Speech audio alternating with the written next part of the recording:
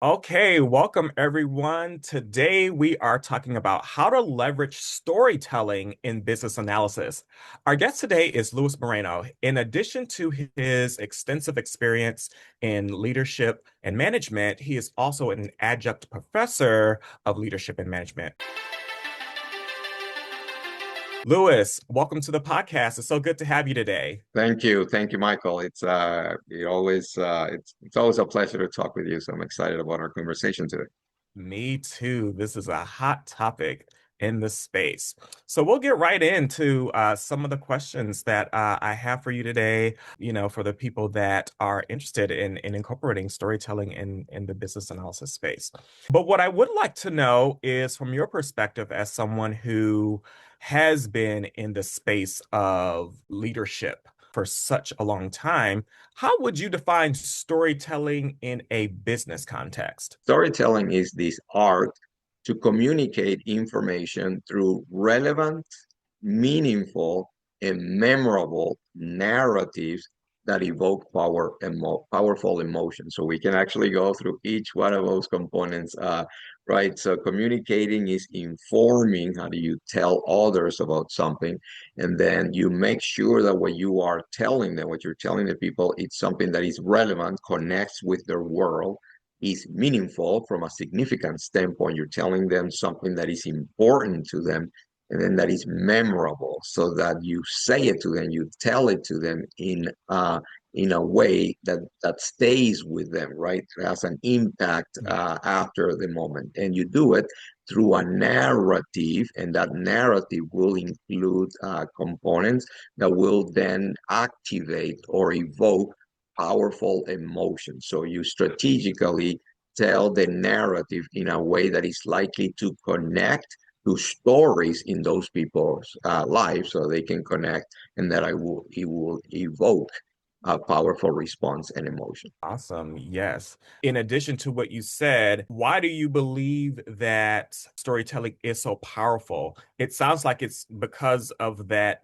whole connection, right, to what people can retain. Yeah, absolutely. And then, I mean, we can even go, remember when we were children, right? When you were a child and somebody, a loved one, before you went to bed at night, will come, or at any time during the day, would sit with you and read a book with you, read a story with you. I mean, for many people, for many of us, including myself, I remember stories that I read when I was a child. And this is just a testament, it's an evidence of the power of storytelling, that you can remember a story, 20, 30, 40 years later. Yeah. So this is the importance of storytelling, is that, when you just tell somebody something, the person, gets the information and may forget. But when you tell somebody something through a story, the relevance of the story, the significance of the story, how the story, the components of the story can be such that for decades later, the story may Yeah. still stay in your head and in your heart. Yes. And I have heard that our brains process information through story, or either our memory works through story. I don't know the exact science behind it, but I have heard Mhm. something several times that backs that up in regards to our connection as humans to stories. So definitely. Absolutely. Um, and what would you say are some of the most common misconceptions about storytelling, specifically in the business place? Yeah. So what happens is, when you think of business, if somebody may think of businesses or business just like, very transactional, numbers, data, right, analysis. And for someone, you can think of, storytelling. What are you talking about here? It's like, we're not talking about art. We're talking about like science, right? We're talking about data. So Right. there can be this misconception that when we talk about storytelling, we're talking about something that is, esoteric, fluffy, superficial and all that. But actually, storytelling works very well in business and business analysis. So, let's talk about an example. Let's suppose that you have an audience and you want to share very important information about a trend. So you've done research and you've done an analysis, and now you have important data that suggests that there is an important change in something. And then so many times, you could go with a chart, and then just show kind of like the chart and have the data you put in front of people, and you go like, hey, you see, all of you can see it. It's right here. People are Yeah. like, okay, what is that, right?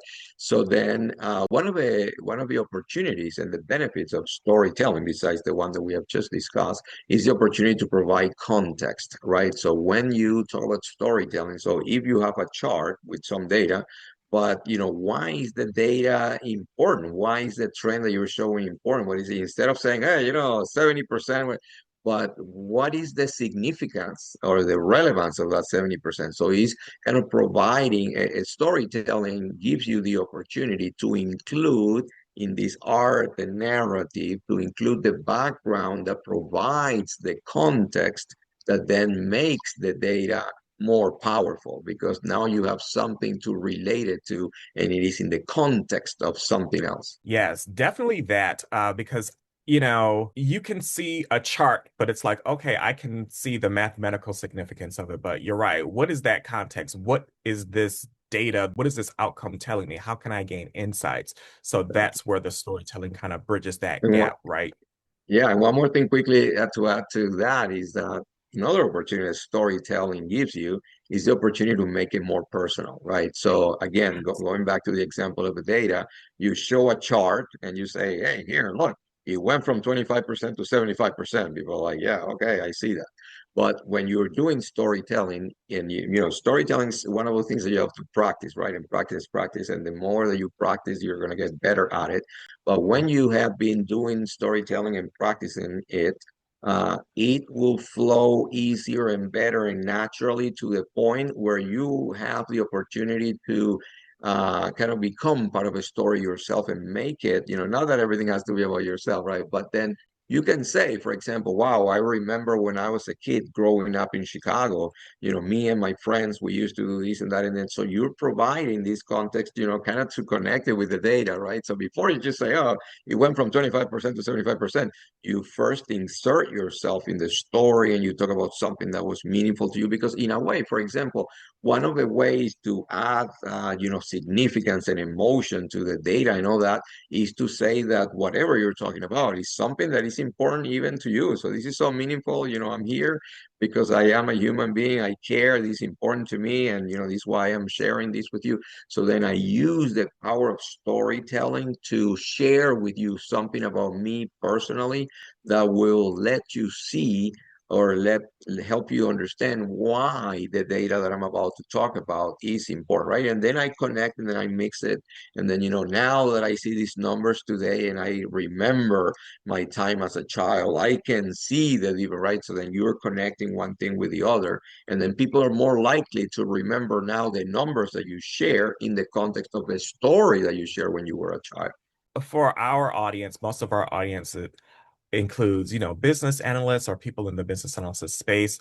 And a huge part of our role is, discovery for a project or requirement elicitation. How would you say that storytelling can improve those activities? Yeah, yeah, absolutely. So, one of the things that we can think about this in terms of a business is impact, right? The business. So, two components that I'm going to bring. One is impact, and the other one is influence, which they are related, they're connected. So, but from in the business world, we need to think about impact and influence. And in both of those things, storytelling can give you an opportunity. Because, for example, as we are going out and talking to people looking for partnership for projects, how do we kind of grow what we're doing? How do we expand? How do we create awareness? And how do we increase visibility about the work that we're doing so that we can grow and grow our business and grow our practice, right? What you will have an opportunity to get more projects, more opportunities to grow, your work and your practice if people have an idea of what is the impact of your work, right? So it's like, okay, the work Yes. that you're doing, what is the outcome that is creating? What is the impact? What is changing? What is growing? What is different because of the work that you are doing, right? And you are more likely to be able to reflect and communicate that impact through storytelling for the things that we discussed. And then the other piece is influence. Ultimately, If you are looking for opportunities to, do analysis, to work, to do research, to support a project, basically one of the ways in which your work will be more important is if in the way that you go about your work, how influential are you? So for example, so if you're doing research and you learn something, you have new insights and new discovery in the way that you can package those insights and those learnings and in the way that you can communicate them, right? Mhm. The power of storytelling will give you the opportunity to communicate the learnings, connecting in with what's important, for the client and the industry and what you're working on, so that you will be more influential, meaning that more people will be inspired, right, by the message that you have out there in terms of the importance of what you have learned. Yeah, that's awesome. Yeah, so it sounds like some of the major elements of compelling storytelling in the business context is influence and impact. Yes. Awesome. Yes. Okay. I like that. I really like that. All right. So, how would you say, or what would you say are some key frameworks or structures for effective storytelling in the business space? Absolutely. And, so storytelling is kind of an art and a science, right? And we have to practice and practice, but there are some theory that, there's the technical aspect of storytelling. So I would like to share with you just a chart or, a framework that I use with my students and the executives that I coach. There are two aspects of storytelling from a technical standpoint. One is that there are five key components of storytelling, and they all start with C. So the five C's, right? So the first C is character, and character is who's the protagonist, who is the main character, the person. It can be or the people, if there's an animal, a thing, an object, a place, or something. But what is the protagonist in this story? Super important. And the next one is the second C is context. So in this, going back to what we were saying before, is to have the right context to things is, what is the setup? What is the environment? What are the details of what's happening, right? To put people into a context. The third one is that as you are telling a story, right, you want to add emotion to it. You want to add drama, right? You want to make your story find, there is something there that needs to be resolved, and that is called the conflict, right? So the conflict is in your story. What is the problem? What is the challenge? What is the situation that needs to be paid attention to, right? What is going to get people, curious and engaged and, Yeah. interested in what's happening. And then also, as you're going through character, context, and conflict, you have to think of a story as you're designing the story, that the story needs to create connection. And to create connection is to have a very good understanding of who your audience is, to be able to know, okay, who is my audience? What things are important to them? What will be relevant to them?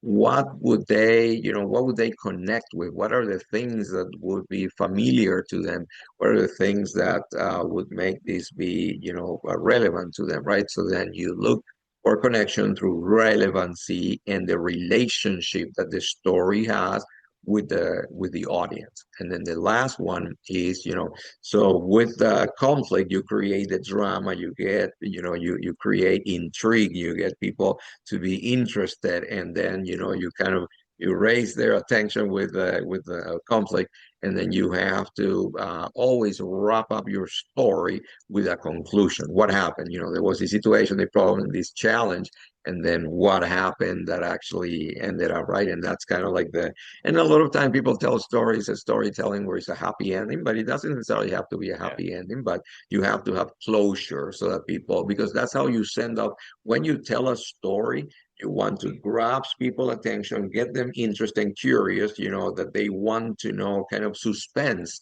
in a way that they want to know what happens. And then by the time you send them off, you want to send them off with a resolution of a situation, right? The answer to whatever the question was. And then you send them with a message that is kind of the moral of the story. What is the lesson? What was learned in this situation? Mhm. Yeah.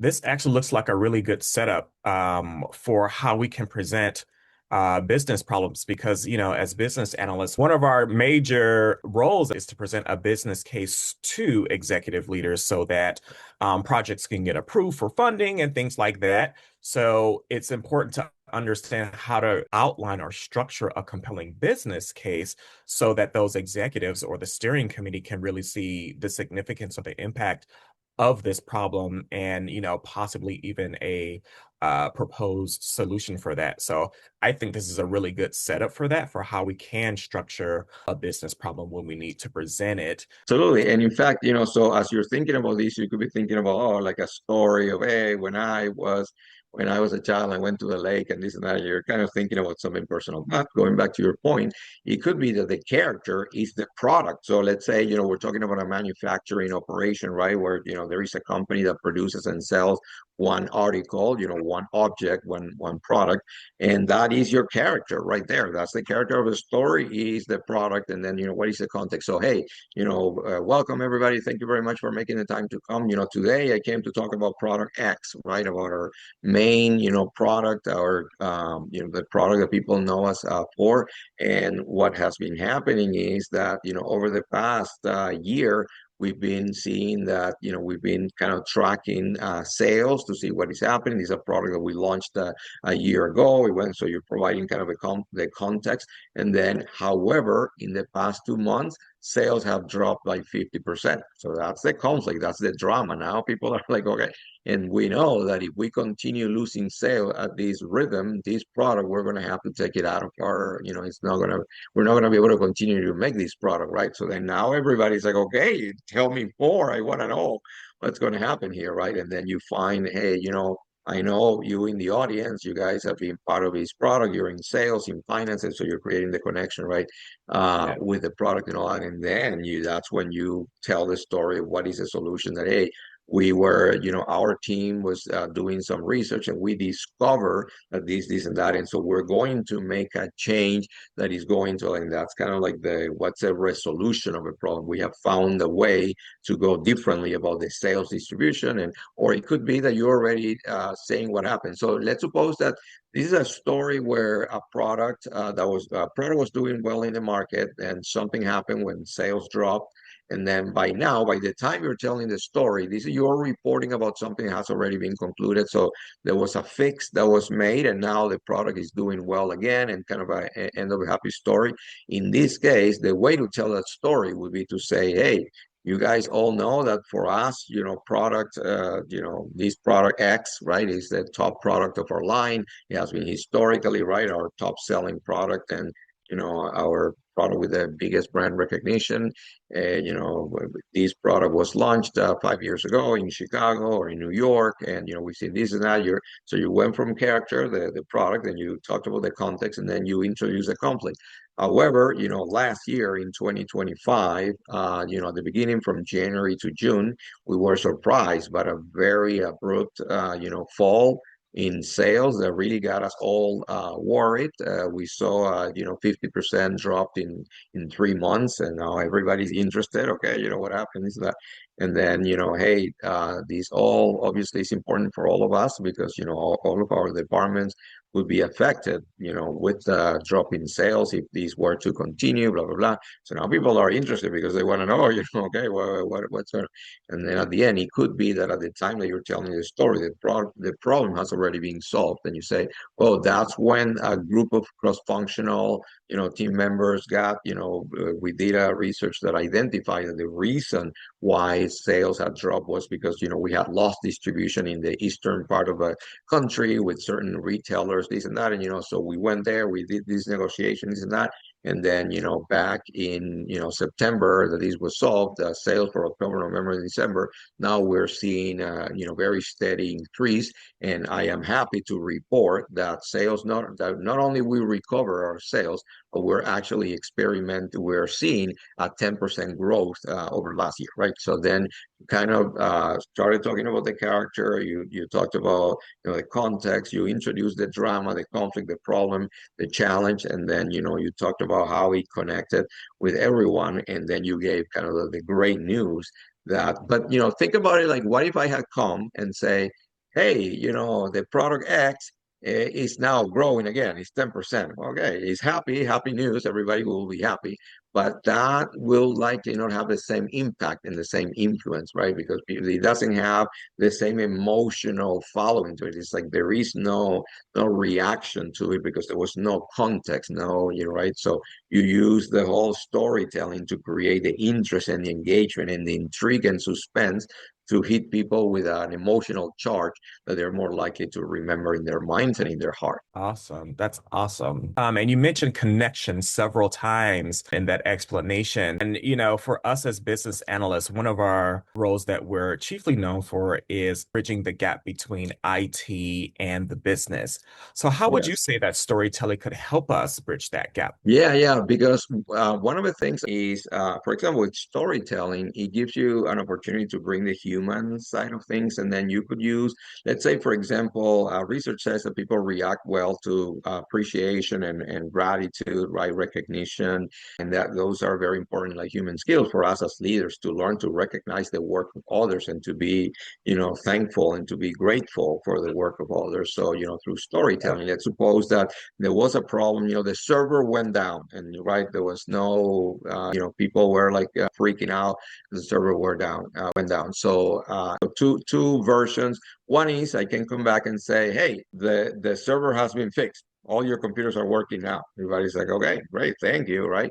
So it's happy news because now everybody, their network is working, everybody's happy. But to create impact and to create influence is, you if you do it through storytelling, you say, hey, I want to have your attention. Yesterday when we came into the office, I'm sure many of you saw that, we had that you couldn't connect in your computer and stuff. I'm sure that you were all nervous and freaking out, and that, yeah, we learned that the server was down.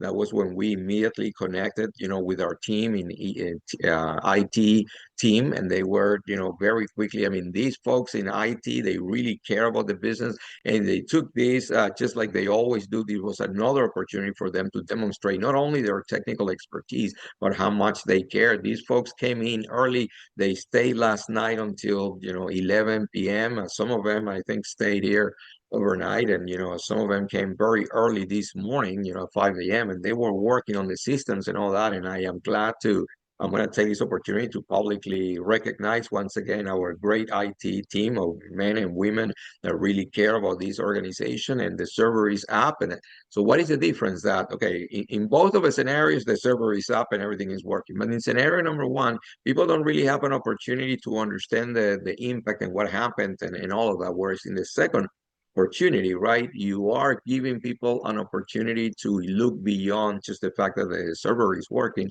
and to think about what's behind the scenes. What are the men and women that are engaged, that are working on something that are providing? Because then it activates humans. So, as your brain, is thinking about it, right? We're introducing a narrative that has a human element to it that will allow for you to, from an empathy and compassion standpoint, now you are actually in a way even more thankful because you're thinking, wow, I didn't realize that for me to have this network, there were people that had to be up. Last night I was at home with my spouse and my children eating dinner, and I went to bed at 10 p.m. or whatever. But these people were very late at night working on that so that I could have the server today, right? So it activates human components that make you, appreciate things better. So there's a bigger impact, right? As you're telling the story, as you're Yeah. sharing the information through storytelling. That's awesome. Thank you for sharing that. One of the core business analysis requirement elicitation techniques that we use is stakeholder interviews. And one of the benefits of that technique is the fact that it's a good way to get rapport on a one-to-one basis. Absolutely. It sounds like incorporating storytelling in those types of interviews would be helpful. Would you agree Oh, with that? absolutely. Well, absolutely. I mean, it's so we can think about emotional intelligence, for example. So more and more Mhm. research. So I'm going to talk about something that is going to feel disconnected. I'm going to bring it back to your very question, right? So one is that many decades ago, when emotional intelligence was introduced, people thought about it as something like very esoteric, like yoga, right? I mean, they didn't see it as like a business or technical application. And then more recently, right, as decades have gone, and great, a lot of great research researchers and experts out there have done great work to bring and connect, emotional intelligence to the day-to-day in the workplace. There'll be more recognition of the importance of it. And one of the ways in which, emotional intelligence have been connected with the workplace is the idea of relational skills, right? So relational skills is our interpersonal social skills, the ability to interact with other people more effectively, right? And one of the components of relational skills is rapport, right? So then rapport is this experience that it has to be a positive experience. In fact, some experts like Daniel Goleman say that rapport produces pleasure, right? Which is a controversial. It's like pleasure. What are you talking about pleasure here? We're talking about Yeah. business. But actually, he talks about it in the research as that rapport. When rapport is built, it must produce a mild sense of pleasure. Which, for example, so Mhm. Michael, every time I talk to you, I feel pleasure. I feel joy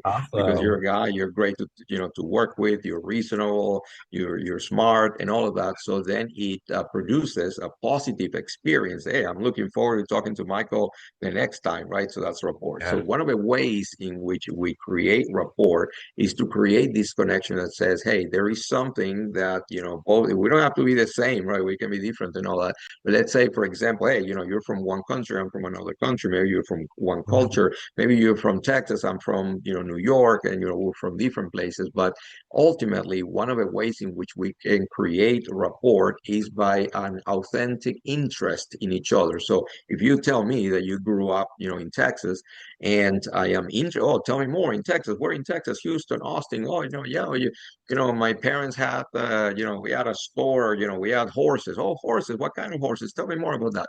And then by me having a real curiosity in you, in your background, in you as a person, there is an authentic interest that shows to you, I care about you. And if you feel that I care about you, you are more likely to want to engage with me, and kind of we're more engaged we're more able to work together. But then in this case, the question is, and the opportunity is, how do we leverage storytelling as we are connecting with each other? So if I want you to know more about me and be interested in my background and all that, one of the ways in which I can do that is by telling you about me in storytelling. The other piece too is that as you are receiving information, so as you are talking to me about you and your background and all that, if you are not saying the information to me in a story, in storytelling, I myself could develop a story from what you are sharing with me. So you're Oh. sharing with me, hey, I grew up in Texas. My family used to have horses.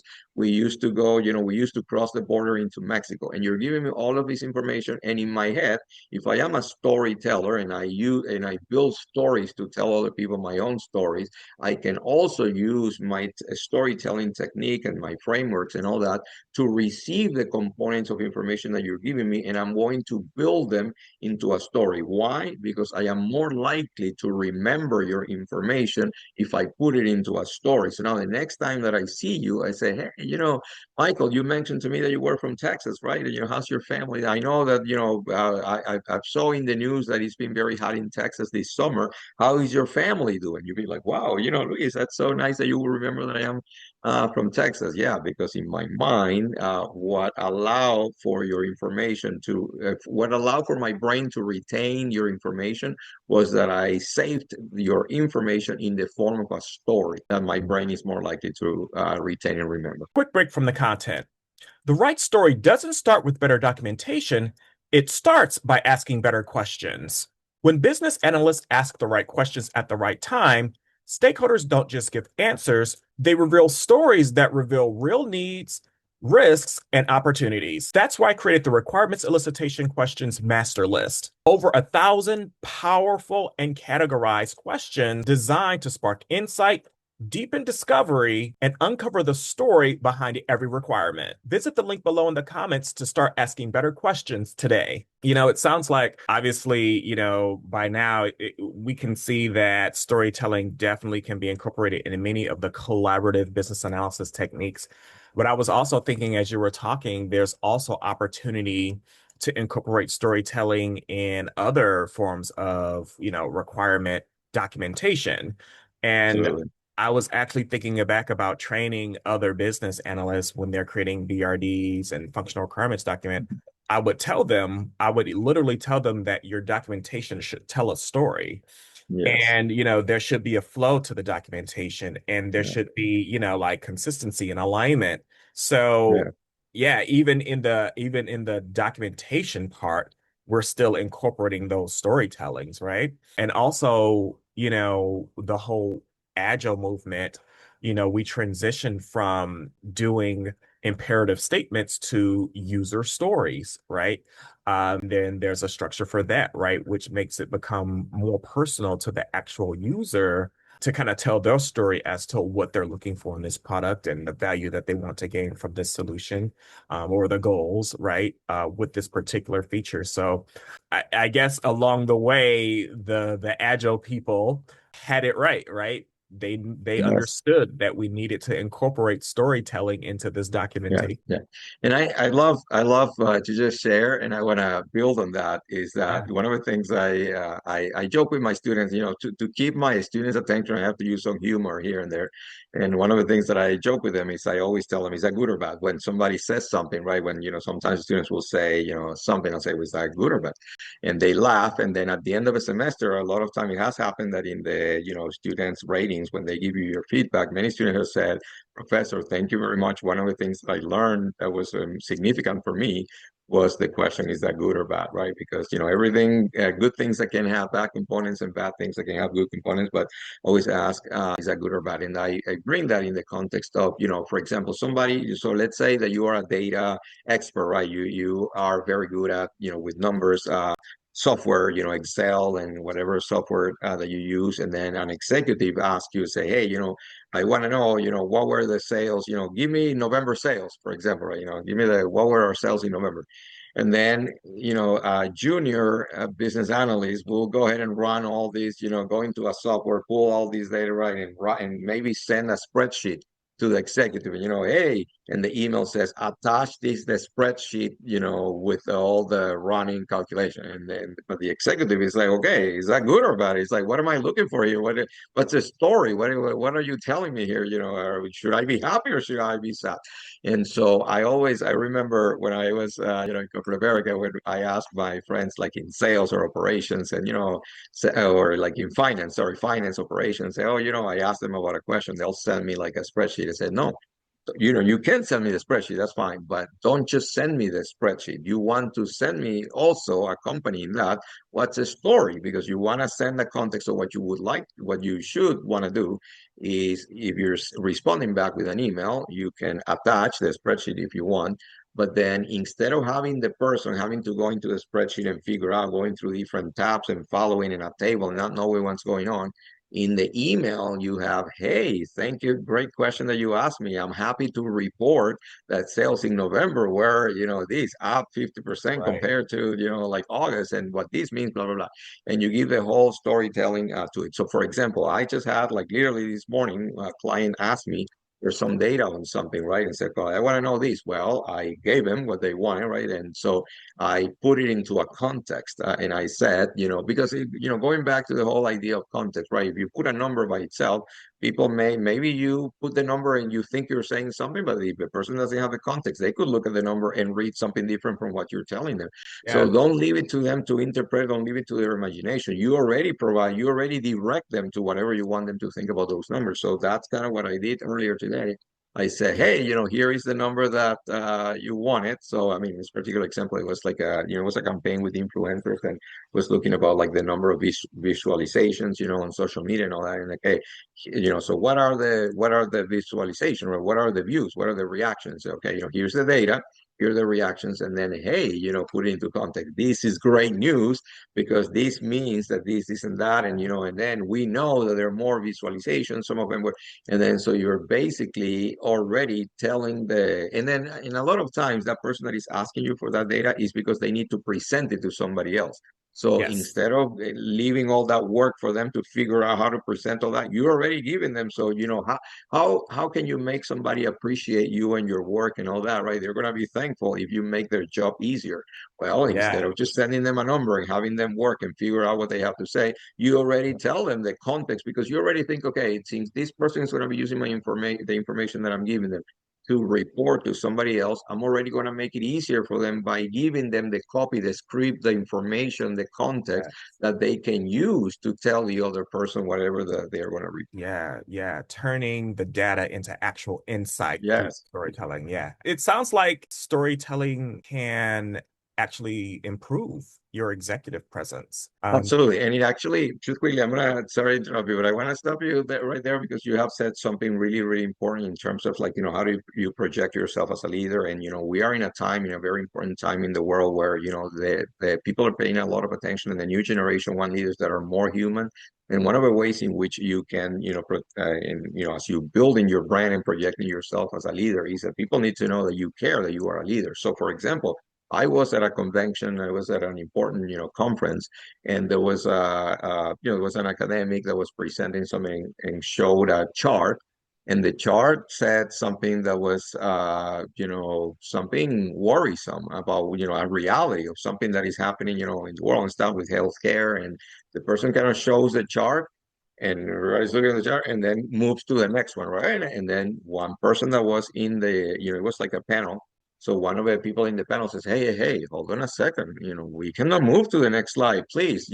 Go back to Yes, the previous slide. yes, We let's need to talk talk about it. about this, right? And it was impactful. I think the people clapped, and there was applause because, and it touched my heart because this is the indication that we are in new times, right? This is a new day where the requirements of leadership are changing, and what we're looking for is a leadership that is connecting, that is understanding, what is the impact of what we're presenting. So if you're presenting a chart that has very, concerning information about something that affects the people and in our societies, you cannot just move to the next slide.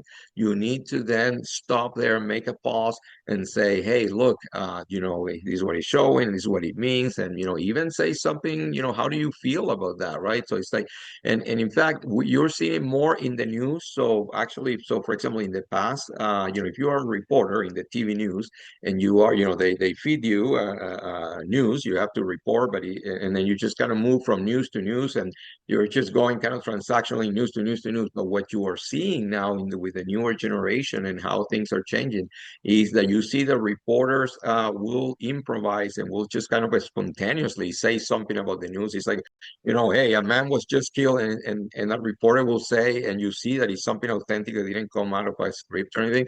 They'll say, wow, before they move to the next story, they'll just kind of reflexively say something about it. It's like, wow, I hope that this family is okay, or something like that, because Right, this is right. now using the power of language to communicate to others. I have a heart, I care, and I have compassion and empathy, and I want to wish people the best, right?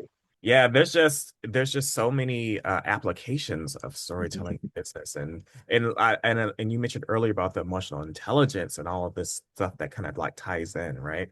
Okay, so one other thing that business analysts often have to do, we're always finding ourselves having to get buy-in, whether it's from stakeholders or executives or the IT team.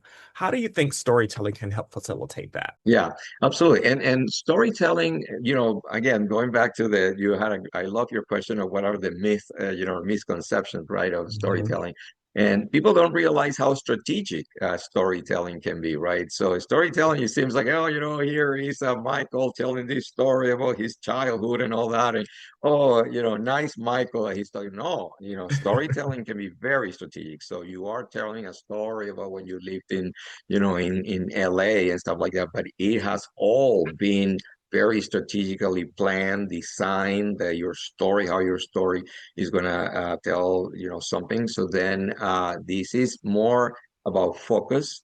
And it's about understanding, okay, what is my goal here? What is my mission? What does success look like? What do I need this person that I'm talking to change their mind about, if I'm going to talk to an audience, if I have a team that I'm talking to, is like to be very focused, to be very strategic, to be mission driven, and then to use storytelling just as a tool, right? And it's a component, strategic, technical component that it will help us, to advance in where we want to go. Now, the reason why storytelling one of the reasons why storytelling is so powerful is because in these new times, we're talking about how people want to connect with the work that they're doing. They want to understand what is that they're doing, what is the purpose. If I work for a company, what is the purpose of my company? What is the vision of my company? What is the mission?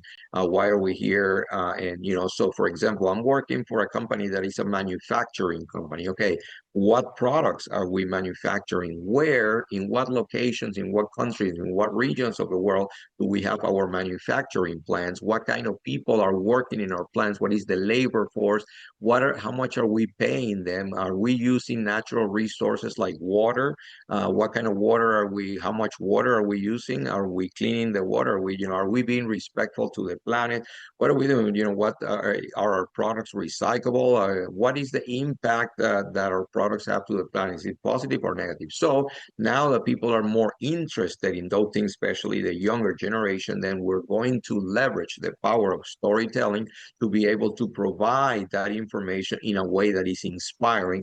By every time we talk about things that we need to do, about actions that we need to take and all that, we are able through storytelling. Storytelling is like the glue where we're going to connect all of the things together. And every time you ask your employees or the team and everyone to do something, it's an opportunity to tell the story of why we are here, why we're doing what we're doing. Because the more that we do that, part of storytelling sometimes is repetition, right? If you're continuously, talking about your story and telling your story, it will make people really understand what this is about, and then to feel it in their heart, to feel it, and then to want to. And I think that there are many brands, there are many companies that have done a great job from a marketing and branding standpoint, and they have been telling their stories of what they do, why they do what they do, right? Yes. So I mean, Yes. Apple, right? So Apple is Apple. When Steve Jobs, he talked about like the beauty of design. Steve Jobs said that he wanted Apple to make products that were beautifully designed everywhere, right? So even if a computer didn't need to have like all these cables everywhere, but he wanted something that was, because that was to him like a gift to the customer. It's like, we're going to create products that are not only technically superior, right? And that will do the job that you needed to do, but we also, as a gift to you and as a sign of respect to you, is we're going to make these products that not only work great but are beautiful to see, and they're very nice to your eye. I think they did a great job, because when you see a commercial from Apple and all that, it features not only the technical features of it, how superior it is, but it would have images of the product itself, because when the iPhone on the screen is like turning and all that, you are thinking, oh my gosh, like this really is a beautiful product that I want to have, right? So Definitely. then it's Definitely. spending the time to continuously tell a story of why you do what you do, because people buy more from you for the why, your why, your reason, the purpose of what you do, more than what is it, like the what. Absolutely. I 100% agree with that. All right. So, what would you say are some of the biggest mistakes that professionals make with storytelling? Yeah. I mean, one would be, for example, not being authentic, right? So if Yeah. you fabricate a story where you tell something, I mean, in the whole, like, going to the extreme would be obviously lying, right? And it's sad, but it is a reality that some people lie. I wish that in an ideal world nobody would ever lie, but we do know that unfortunately people lie, and there are stories of people that write resumes and there's a lie here and there.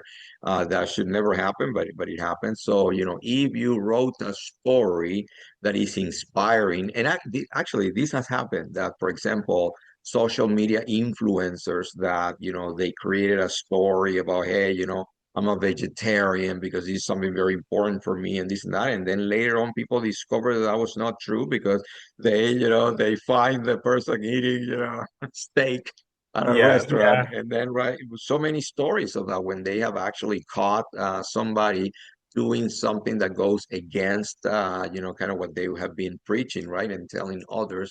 And then that would be a problem with storytelling, if you are manufacturing and fabricating beautiful stories that are very inspiring, but they are not true, because they don't really reflect who you are, right? And I mean, it has happened that, for example, it's like if you are a speaker and you're talking about love and marriage and happiness and all that, and then people discover that in your actual life it's a disaster, that your kids don't love you, your kids don't want to know anything about you, are not in contact with you, you have divorced 3 times, your ex-wives hate you, right? And so then so storytelling has to be, for it to work, it has to be authentic, it has to be true, it has to be a real story. And storytelling cannot always be about happy ending stories or success stories, because storytelling can also be an opportunity to be vulnerable and to have a confidence and a Yeah. humility to be humble and say, look, I'm going to tell you a story of something that, hey, I was, I remember I went to a conference and a very powerful storyteller was talking about like applying to a very prestigious school.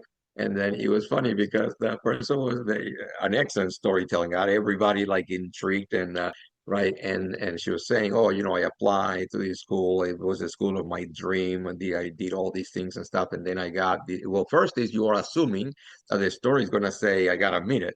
But then you say, oh, I got denied, I wasn't given the opportunity, but then I went and this and that. So you're always, during the entire story, you are assuming that the ending is going to be, and I finally got admitted. Well, during all these, majestically, this beautiful storytelling, got everybody, super excited and everything. The person in their life never got admitted by the school. So Wow. so you're always waiting for that moment, but Yeah. the Yes. story was not about being admitted.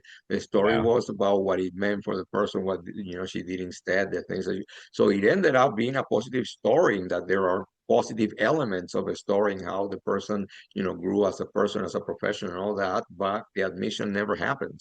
Right. So Wow. Wow. That's a really good example. Yeah, for sure. Because we always want to have that happy ending, right? Okay, so Louis, do you think that there are any scenarios where storytelling isn't the right approach or might be inappropriate? oh, there is a cultural component of storytelling. There are certain regions of the world and certain cultures that communicate in storytelling. For example, me, I am Latino, part of a Latino community, and communities like in some countries in Africa, there are, for example, Native Americans speaking stories, right? So they're just natural storytellers. And Latinos in the Spanish language is a romantic language. It's a romantic language. So, for example, in countries in the southern Europe, for example, countries like Spain, France, and Italy and Portugal, they tend to speak with stories, right? So that context is important. So as a professional, business professional, if you're working in Colombia, Argentina, Brazil, or if you're working in Spain, Yeah. Portugal,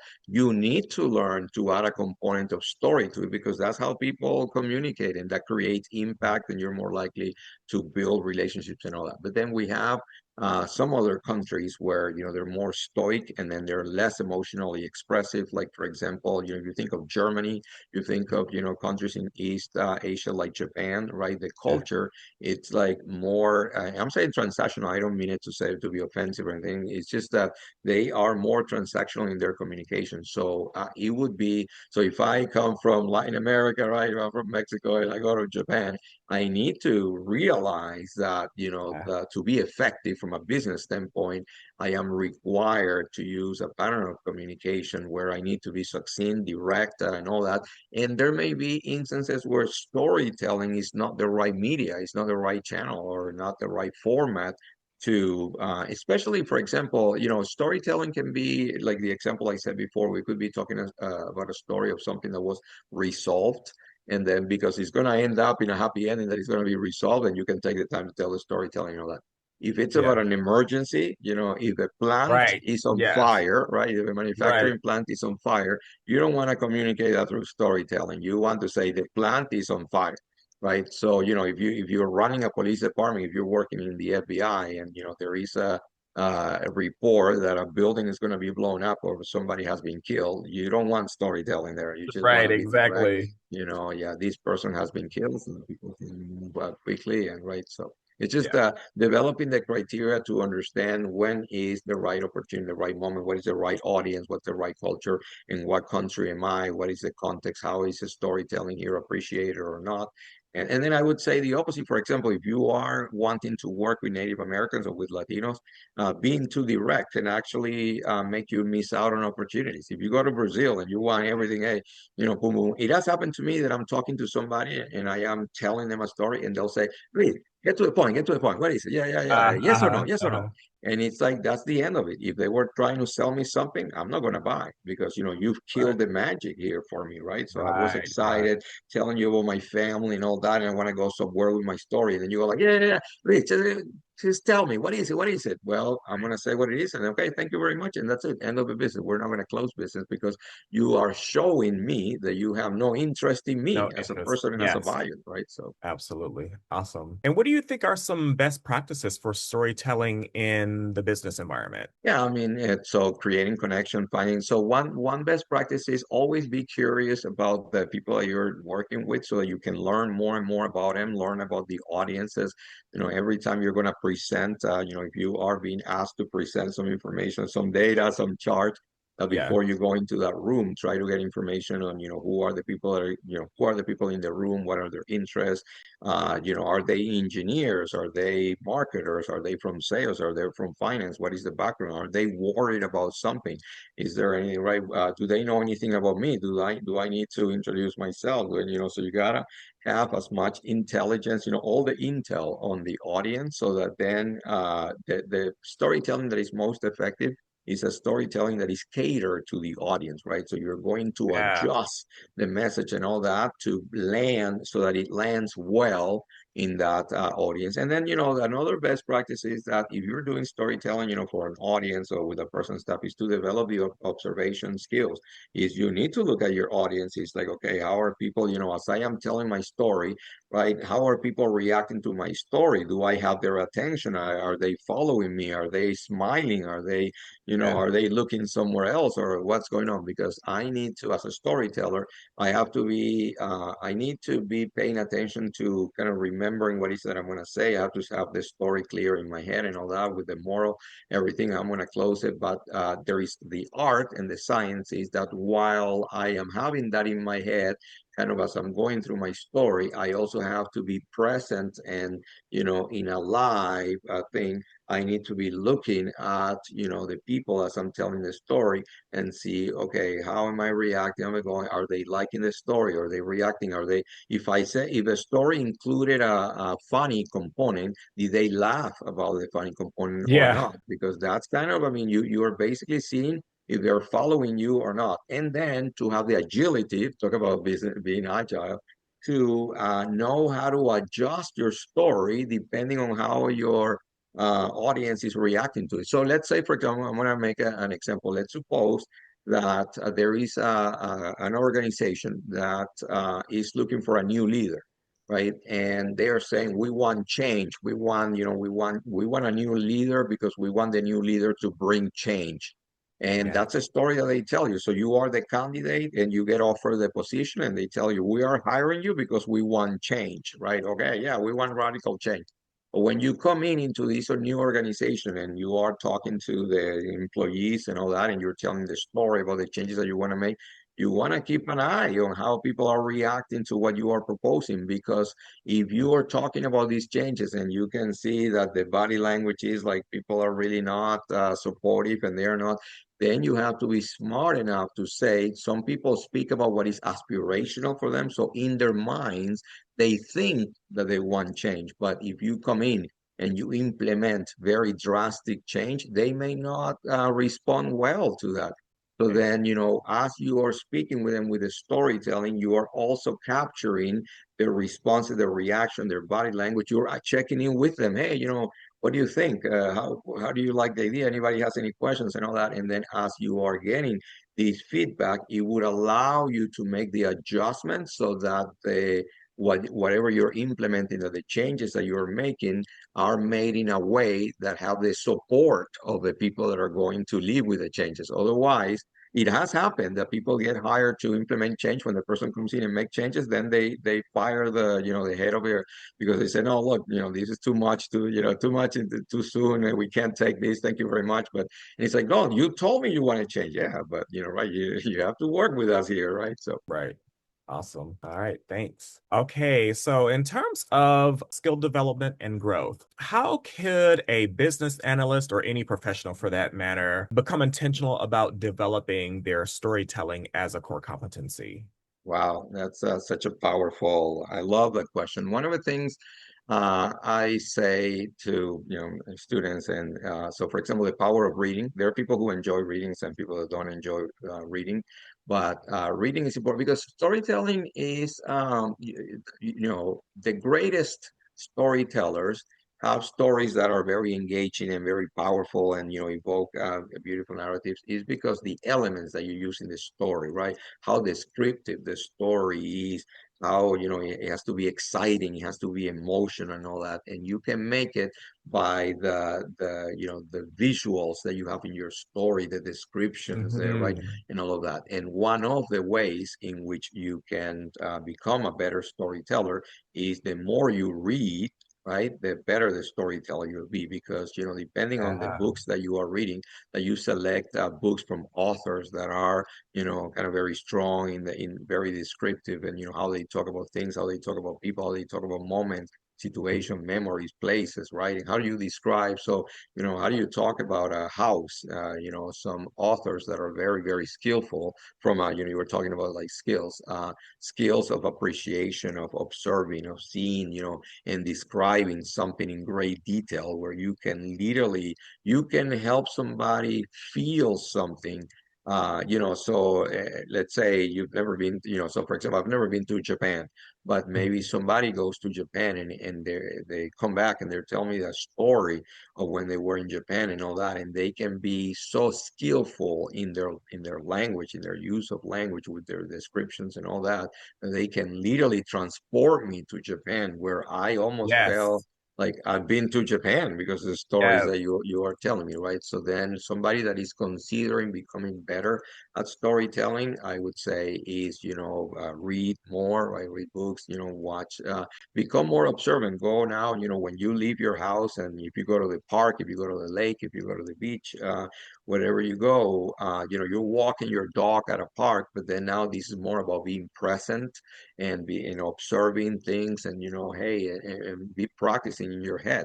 How would I, so let's say you have a dog, and you go to the park, and you're walking your dog by the lake, and all of a sudden you have a sense of mild pleasure. Talking about, you have a sense of mild pleasure, and you really feel joy in your heart, because you feel blessed to be under the sun, by the lake, by the water, with your dog, in this beautiful green park. One exercise I would say is, if you're feeling pleasure right now, and joy and happiness, how could you make somebody experience, how could you help somebody who is not there with you experience what you are experiencing? What things would you need to Yes. tell the person? If you're calling somebody on the phone, what how would you tell the person on the phone the story of what you are experiencing and living, so that that person can experience it with you through the power of empathy, without being there with you? And actually, so I'm talking about like a positive experience, right? I'm going by with my dog in the lake. I feel so happy. When I make you feel happy too, by you experiencing through what I am experiencing, right? So vicariously, right? So I can make you vicariously experience what I'm experiencing, but it can also be a negative thing. So, for example, what if I am at work and I have a negative experience, and I'm going through pain and suffering, and something is happening, I'm in a difficult situation. I'm going to be more influential with you, and I'm going. So if you're my boss and I need you to, act on something, one way to make you act is to make you feel what I'm feeling, right? So then Right. is, Yeah. what is the language that I use to be able to help you understand, and through the power of empathy, feel with me that I'm feeling. So it takes time. You have to practice and practice and practice. And the more storytelling is one of those things that the more you do it, the better you'll get at it. Yeah. Awesome. Awesome. And do you have a favorite resource that you used or that got you started with storytelling? I actually so I'm a speaker, right? And I do, keynote speaks, keynote speaking and all that. And one of the things that I do is I watch YouTube other speakers, right? So I go and I Mhm. look, TED Talks and things where they're Yes. very powerful Yes. storytellers. There are storytellers that in just a few minutes can make you cry because Yeah. they choose very powerful language and stories that literally, can affect you. And so I go on YouTube and I watch, very skillful and powerful, talented storytellers. And then I try to like analytically think about, okay, what were the components of that? There is I don't have, somebody sent me the video is at a wedding, a father, a father that is very, emotional about, Hmm. and it's actually the father of the groom, not the bride. But the Okay. father of the groom has he's having his works right at the wedding, and it's literally just very few minutes, like within 2 or 3 minutes, and you're crying with the guy because the power of Oh, what he says is yeah. something just so beautiful. That and so talk about connection. So, for example, I'm a father. I have children. I have two sons that will hopefully get married at some point, and he was able to transform me. He was able to the person in this, and I'll see if I can find it. I'll send it to you because what he says about his son and the importance of his son and the moment, right, of being married and all that is so powerful and so emotional that it made me feel it with him and to almost think, wow, am I gonna feel something like this, when my kids get married and all that. So my point Hmm. here being that, if you really work on this and practice, practice, practice, you can then find a way that in a very short period of time, you can hit somebody there with a very powerful narrative that will Yeah. evoke, very powerful moments. And, I was talking to like somebody in customer service the other day. I had a problem with a product or something. The person was just being like so transactional with me. And then I'm thinking like, okay, what if I were your mother? What if this was happening to Right. your mother? Would you feel? And then I was like, I had to apply the psychology, to get them to. Right. But it's really the person change their attitude and all that because it's like, okay, hey, look, hey, this is, we're both human here. We both want the best, and it's just kind of like trying to talk to them, in a way, introducing a human component to it, and you tell them the story, and I say, hey, you know Yeah. what? This is an important moment in life. We just had coronavirus. We have wars right now, Russia and Yeah. Ukraine, you have Gaza, and Yeah. you put people into the context, and then all of a sudden people are like, wow, it's like, yeah, you're right. Let's work with you here.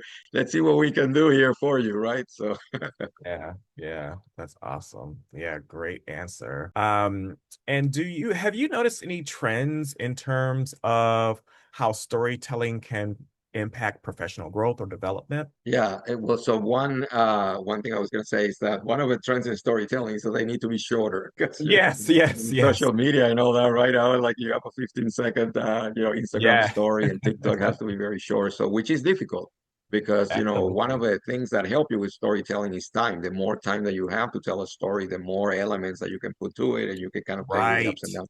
But when you have a very short period of time, then it just makes it more difficult. But it's a reality of time that people, and it happens to me. So when I started doing keynotes and stuff, people say, oh, you can come in and speak for 1 hour, right? And then people say, oh, no, 45 minutes, then 30 minutes. I've been asked now to like speak in 50 minutes. And I'm at the point where I don't know that I can really tell a very powerful, yeah. And tech talks are like 50 minutes. Some tech talks are like 10 minutes, right? Which is a single idea. You come in and you tell one single idea. Yes. But it is hard to do a tech talk, in 10 minutes. You have to work very hard and then structure and plan it and design it and practice it and all Yeah. that. But anyway, something that we'll need to learn is to be concise, powerful, a powerful message in a very short period of time. And then kind of the global component I was talking about, like the global dynamic of storytelling is that culturally people have storytelling, differently in every country. And then the other piece that I would say too is that we need to, through the power of empathy, get interested in other people's things. And so when we tell Yes. stories, just to control the ego, as you are thinking about stories, you need to think about stories that are also about other things. All the stories cannot be about you, right? Yeah. Because it's like it's not about you. So if If you are constantly telling stories about you and all the stories that you tell are about you, then kind of your liking score as a leader goes down because people don't like to work for leaders that are too egocentric or Yeah. too, narcissistic, right? If you're constantly talking about yourself and people are like, oh, yeah, this guy, yeah, no, and here. So let me tell you a story. Okay, here is gonna go with another story about himself because all the stories he tells are about himself. So then, we have to watch that and make sure that we learn to tell stories about other people as well. And stories that also storytelling can be an opportunity to recognize other people. So then learn to tell a story about a member of your team, about a colleague, about your boss, about, somebody. And I recently we were in a meeting and so I went with my boss to a meeting with a client and my boss did something that I was very impressed, right?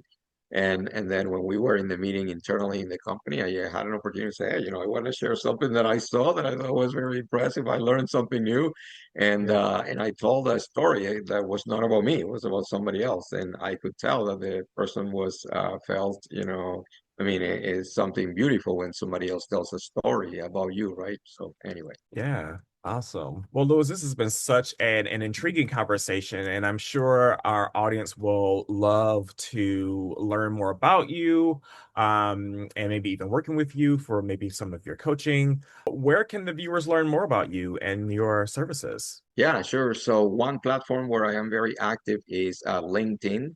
So if you go to LinkedIn, look for Luis Moreno. I don't have as many followers as Michael has, but yeah, I have a few. And then invite me. I would love to get an invitation from you. On you look for Luis Moreno. I am in Minnesota. If you write Luis Moreno Leadership or Luis Moreno Emotional Intelligence, like on Google, you'll have multiple entries there.